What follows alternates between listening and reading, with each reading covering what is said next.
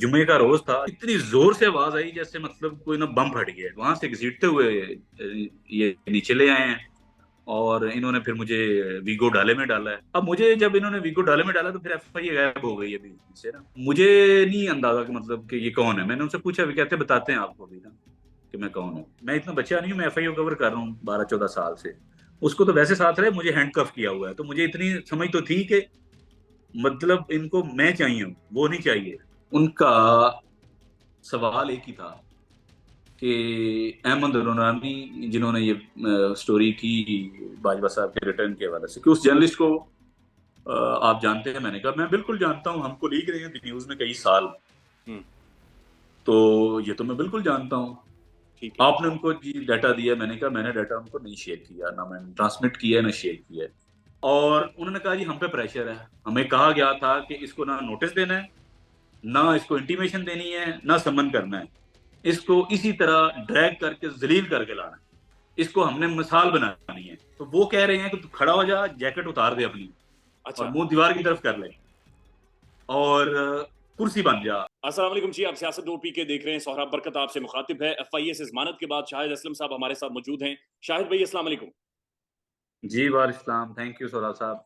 शाहिद साहब, आपको एफआईए ने उठाया, लेकिन अपनी ये वीडियो में आप कहते हैं कि इनको बाकायदे से अहकामात थे कि शाहिद असलम को जलील करके एफआईए में लाना है।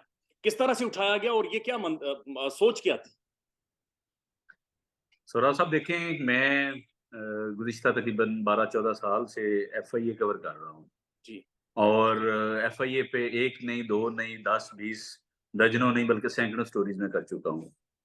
और एफआईए के कांस्टेबल से लेकर डीजी तक मैं सबको जानता हूँ और सब मुझे जानते हैं। जुम्मे का रोज था, जुम्मा मुबारक जैसे हमारा ये पाकिस्तान में वैसे भी बड़ा वो मशहूर ट्रेंड है उस लिहाज से कि वो मेरे लिए भी जुम्मा मुबारक था। मैं नाश्ता करके बैठा हुआ था अपना चारपाई पे, तो इतनी जोर से आवाज आई जैसे मतलब कोई ना बम फट गया। हम्म। और मैं मतलब हैरान, मैंने कहा पता नहीं क्या हुआ है। हम्म। तो वो दरवाजा ऐसे तोड़ के, तो वो 15-20 बंदे जो हैं वो कुछ उसमें यूनिफॉर्म में थे तो कुछ यूनिफॉर्म के बगैर थे। तो मैंने उनको जैसे ही देखा, जैसे वो कमरे में एंटर हुए, तो मैं चारपाई पे जो है वो बैठा हुआ था। तो मैं अपना यानी थोड़ा सा लेटा हुआ था, तो उठ के मैं बैठ गया। तो वो कहते हैं लाएं जी हैंडकफ लाएं, हैंडकफ। तो वो हैंडकफ जो है वो उन्होंने लाया, तो मैंने आगे बाजू कर दी। मैंने कहा ठीक है। तो मैंने कहा कि मुझे दिखाएं पहले, इसका वारंट वगैरह तो दिखाएं, सर दिखाएं, मुझे इल्जाम क्या है मुझ पे और आप हैं कौन। लेकिन ये स्केप्टिकल मैं जरूर था कि ये एफआईए ही है या सिर्फ एफआईए के थ्रू गिरफ्तारी हो रही है। तो मुझे नहीं कुछ बताया गया कि किस आपको कानून के तहत, किस इल्जाम के तहत गिरफ्तार किया जा रहा है, किस केस में गिरफ्तार किया जा रहा है और आप पे क्या इल्जामात हैं, क्या वारंट वगैरह इशू हुआ है नहीं हुआ। तो मुझे उन्होंने वहां से घसीटते हुए ये नीचे ले आए हैं और इन्होंने फिर मुझे वीगो डाले में डाला है अच्छा। और काले शीशों वाला। हाँ। अब मुझे जब इन्होंने वीगो डाले में डाला तो फिर एफआईए गायब हो गई है बीच में से ना। वो यूनिफॉर्म वाले वो नहीं अब डाले में, ना आगे ना पीछे, वो साइड पे हो गए हैं। उधर उन्होंने जहाँ जाना होगा वो चले गए होंगे। अब वीगो डाले में मैं हूँ, मेरा रूममेट वो जावेद इकबाल जो जर्नलिस्ट वो था उस वीगो डाले में, और दो सिक्योरिटी के लोग थे। एक मेरे लेफ्ट पे बैठा हुआ था और एक मेरे राइट पे, और एक ड्राइवर था और एक उसके साथ बैठा हुआ था एक बंदा पेंट कोट में। अब मुझे नहीं अंदाजा कि मतलब कि ये कौन है। मैंने उनसे पूछा, भी कहते बताते हैं आपको अभी ना कि मैं कौन हूँ। मैंने कहा ठीक है। मैंने उसको मतलब ये पूछा, जो सामने बैठा हुआ था जो लीड कर रहा था। मैंने कहा कौन है आप, कहाँ से आए हैं आप। कहते बताते हैं आपको, अभी पता चल जाएगा आपको। तो उन्होंने मतलब जैसे ही कमरे में वो दाखिल हुआ ना, तो उन्होंने मेरा फोन और लैपटॉप वगैरह तो वहीं से उन्होंने पकड़ लिया। मुझे कहते हैं इसका पासवर्ड दो। मैंने कहा जी पासवर्ड आपको नहीं मिलेगा। गाड़ी में बिठा करके थे आपको? लैपटॉप। और वीगो डाले हाँ वाले? जी। क्योंकि जी जी वीगो डाले वाले वो जो सामने फ्रंट सीट पे बैठे हुए थे, उन्होंने कहा पासवर्ड दें आप अपने मोबाइल का और लैपटॉप का। मैंने कहा जी वो नहीं आपको मिलेगा। नहीं, अगर आपने कुछ किया नहीं है तो आपको क्या मसला है। मैंने कहा जी बात करने कराने की नहीं है, बात एक सीक्रेसी की है, बात प्रोटेक्ट टू सोर्स की है। ये मेरा जर्नलिस्टिक राइट है, मैं क्यों आपको अपने हाथ काट के दे दूं।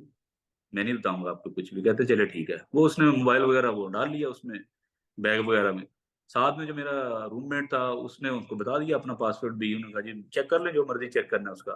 बल्कि मैं तो उन्हें कहता भी रहा यार इसको तो छोड़ दो, इसका क्या मतलब, ये तो रूममेट है मेरा। आपने क्योंकि मैं इतना बच्चा नहीं हूँ, मैं एफआईओ कवर कर रहा हूँ 12-14 साल से। उसको तो वैसे साथ रहे, मुझे हैंडकफ किया हुआ है, तो मुझे इतनी समझ तो थी कि मतलब इनको मैं चाहिए हूँ, वो नहीं चाहिए। वो तो क्योंकि वहां मौजूद था तो उसको भी धर लिया, इसलिए मैं उनको कह रहा था कि इसको छोड़ दें।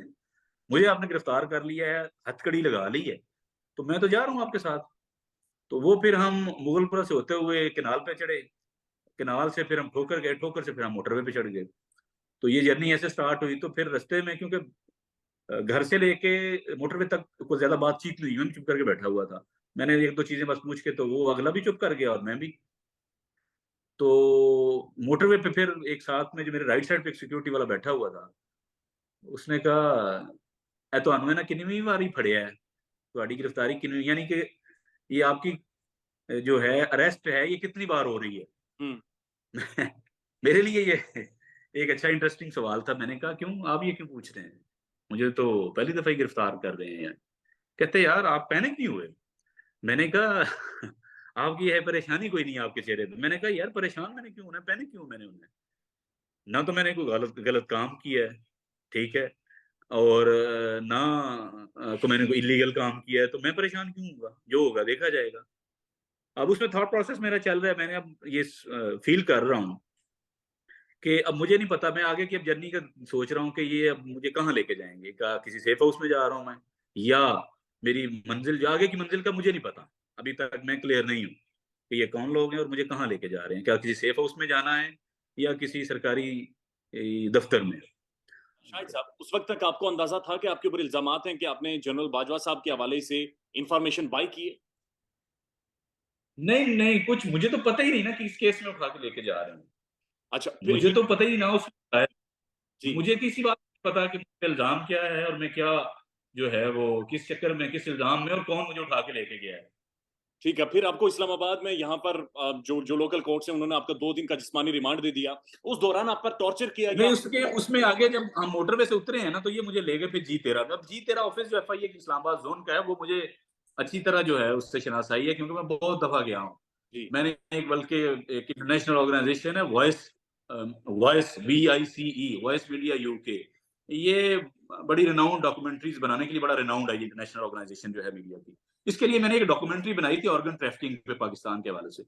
तो इसी हवालात में भी मैं जाके, जिसमें जाके लेटर ऑन मुझे बंद किया गया, इसी हवालात के कैदियों पे मैंने डॉक्यूमेंट्री बनाई। ओ, इन्हीं एफआईए के एहलकारों पे डॉक्यूमेंट्री बनाई मैंने, कि किस तरह से एफआईए पकड़ती है, किस तरह से ह्यूमन ट्रैफिकिंग पाकिस्तान में होती है, ये जो ऑर्गन ट्रैफिकिंग होती है। तो वो ऑफिस से मैं अच्छा खासा फेमिलियर था। तो हम्म, जब वो जी13 पहुंचे हैं, तो देन आई रियलाइज के आई मीन ये एफआईए ही है, और मैं एफआई इस्लामाबाद जोन में आ गया हूँ।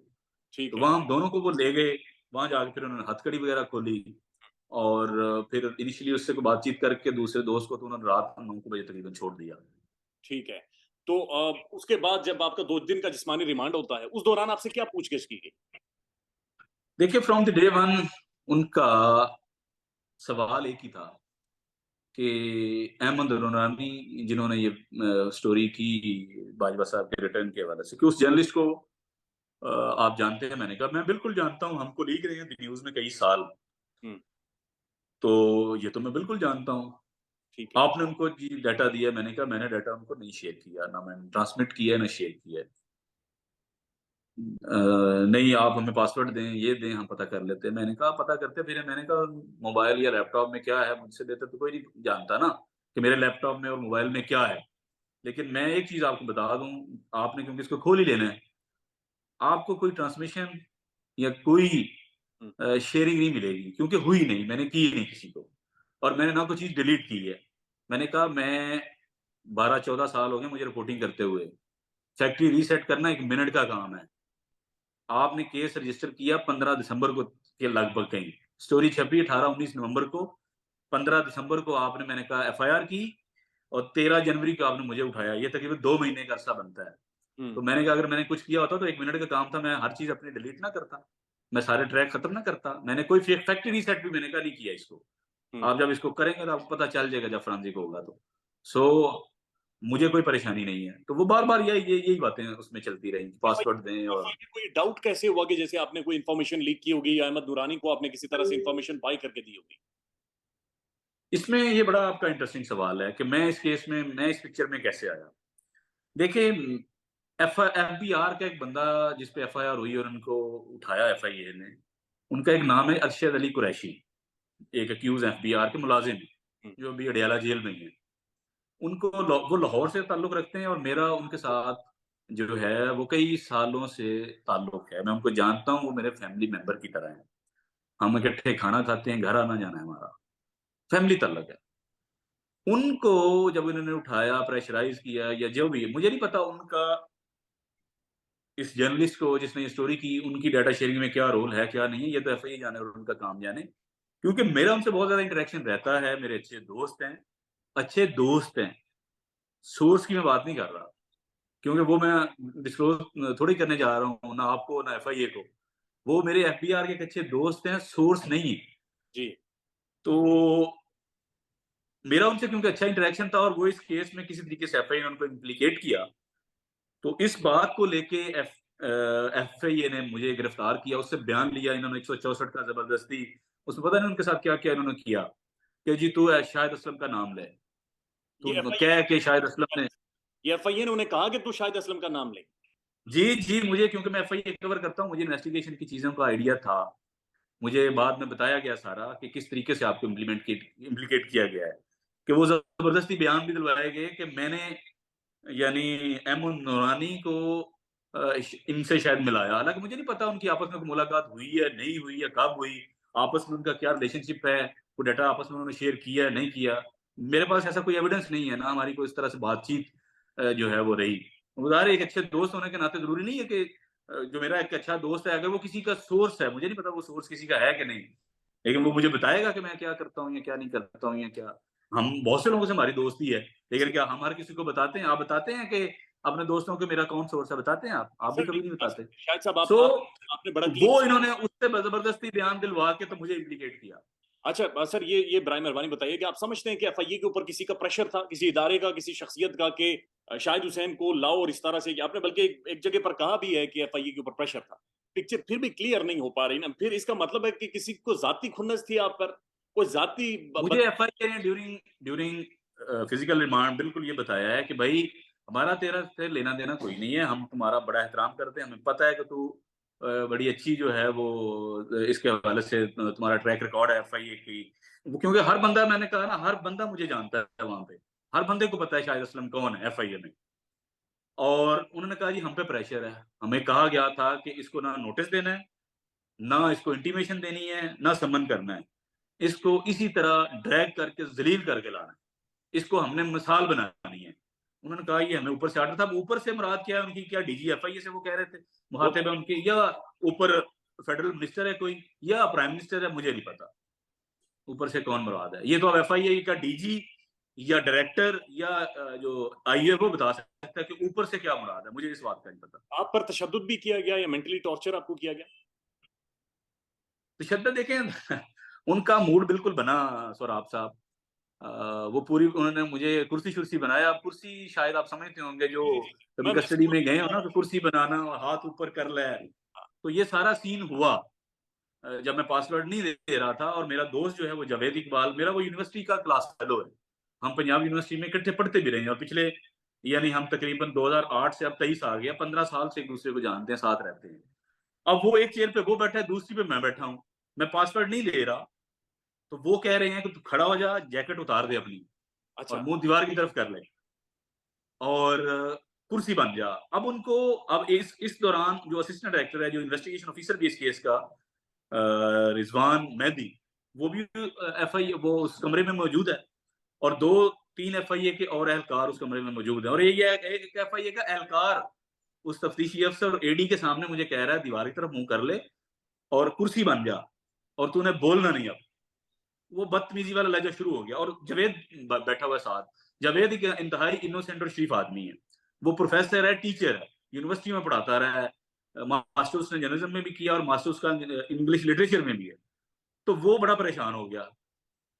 उन्होंने मुझे था कि यार इसके सामने जो है ना वो इस तरह की चीज़ ना हो, लेकिन एफआईए ने उसका हल खुद ही निकाला। उन्होंने कहा प्रोफ़ेसर साहब आप ना दूसरे कमरे में आ जाएँ। वो अच्छा। उसको उठा के दूसरे कमरे में ले जाके आप उस उधर बैठ के बयान दे लें। तो अब उसको ज़ाहिर है प्रोफ़ेसर साहब को भी था कि अब ना शाहिद असलम की तो सख्ती आ गई है अब और मुझे भी ज़ाहिर है यही एंटीसिपेशन थी कि अब ये ना तशद्दुद करेंगे। वो आया, उसने ना कुर्सी बांध लो, ये कर दो, वो कर दो, हाथ ऊपर नीचे, ऐसे हो जा वैसे हो जा। तो मैंने उसको कहा, मैंने कहा बात सुनो मेरी, पासवर्ड मैंने नहीं देने ना लैपटॉप के ना मोबाइल के, तूने मेरी हड्डियां तोड़नी है तोड़ दे और उठ के मार, जितना तू तशद्दुद कर सकता है तू कर, मैं बिल्कुल रेडी हूँ, मुझे कोई परवाह नहीं है तुम्हारे तशद्दुद की, तुमने जो जो करना है तुम कर लो, ये चीजें नहीं मिलनी। लेकिन फिर इस एपिसोड के बाद जब ये गुफ्तगू हुई, तो शायद उसको, अब मेरी तो उनकी तरफ कमर थी, मुझे नहीं पता आपस में उनकी क्या आंख में टक्का हुआ, लेकिन मैं ऐसा कर सकता हूँ कि शायद उनको आपस में उन्होंने यही कहा कि नहीं यार इसको मारना नहीं है, जर्नलिस्ट है, तो ये मसला बन सकता है हमारे लिए। तो इस मैंने दौरान कहा अगर तुमने मुझे हाथ भी लगाया ना, हाथ भी लगाया मुझे, जी, मैं ना सिर्फ यहाँ चीजोपकार करूंगा, मैं अदालत आते जाते भी पूरा शोर डालूंगा, मैं कोर्ट में भी जाकर रौला डालूंगा कि इन्होंने मुझे तशद्दुद किया। और फिर जो मेंटल टॉर्चर था, यानी आपको सोने नहीं दिया गया या खाना पीना पानी कम से कम प्रोवाइड कर रहे थे?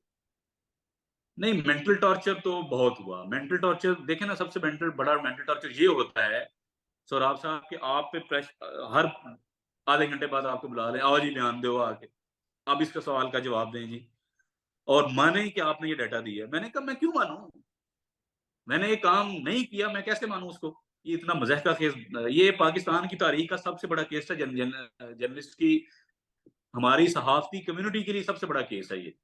ये लोगों को भी अंदाजा नहीं है, मेरी इवन कम्युनिटी में भी लोगों को अंदाजा नहीं है ये कितना बड़ा केस है। इसका ये मतलब नहीं है कि मैं इसमें इम्प्लीकेट हो रहा हूँ इस वजह से, या मैं मुल्ज़िम हूँ, नहीं। ये इस वजह से कि इसमें देखें सेक्शन ऑफ लॉज की जो बात हो रही है, इसमें जो इल्ज़ाम एक सहाफ़ी पे लग रहा है कि पैसे लेके आप डाटा लेते हैं, ठीक है?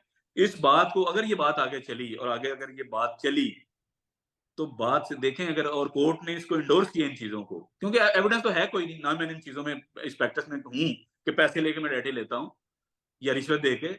बात ये है कि ये इतना शर्मनाक और भोंडी बात है, इससे तो हर जर्नलिस्ट अंदर होगा। क्योंकि शायद हर, आप भी जर्नलिस्ट हैं, मैं भी जर्नलिस्ट हूँ, पाकिस्तान में हज़ारों लोग हैं जो सहाफ़त कर रहे हैं, कहीं न कहीं से हमें इन्फॉर्मेशन मिलती है, कहीं न कहीं से इन्फॉर्मेशन मिलती है तो हम खबर करते हैं। तो इसका मतलब है कल को कोई भी सरकारी अफ़सर आएगा, वो कहेगा तुमने मेरे खिलाफ खबर दी है, तुमने पैसे दे के दिए, पहले भी शाहिद असलम को हमने उठाया था, उसको अंदर दिया था, अब सब ये एक रवायत चलेगी नहीं। तो तो इसलिए मैं सोच रहा हूँ कि इसमें लॉ जो हमारी कम्युनिटी है, लॉयर कम्युनिटी है, उनको भी इसमें देखना चाहिए, और हमारी जो हमारी अदालतें हैं मुअज़्ज़ज़, उनको भी देखना चाहिए कि इससे तो फिर जर्नलिज़्म दफ़न होगी, फिर कर बैठे आप और मैं जर्नलिज़्म। शायद साहब आखिरी 2 सवाल। पहली चीज़ ये बताएँ कि क्या किसी और क्वार्टर से भी आपको कोई थ्रेट, फ़ोन कॉल, कोई मैसेजिंग कुछ हुआ है? नहीं, मुझे कभी भी इस तरह से डायरेक्टली कभी भी नहीं, कभी कोई थ्रेट या फ़ोन कॉल या मैसेज के थ्रू कभी भी थ्रेट उस तरह से नहीं हुआ।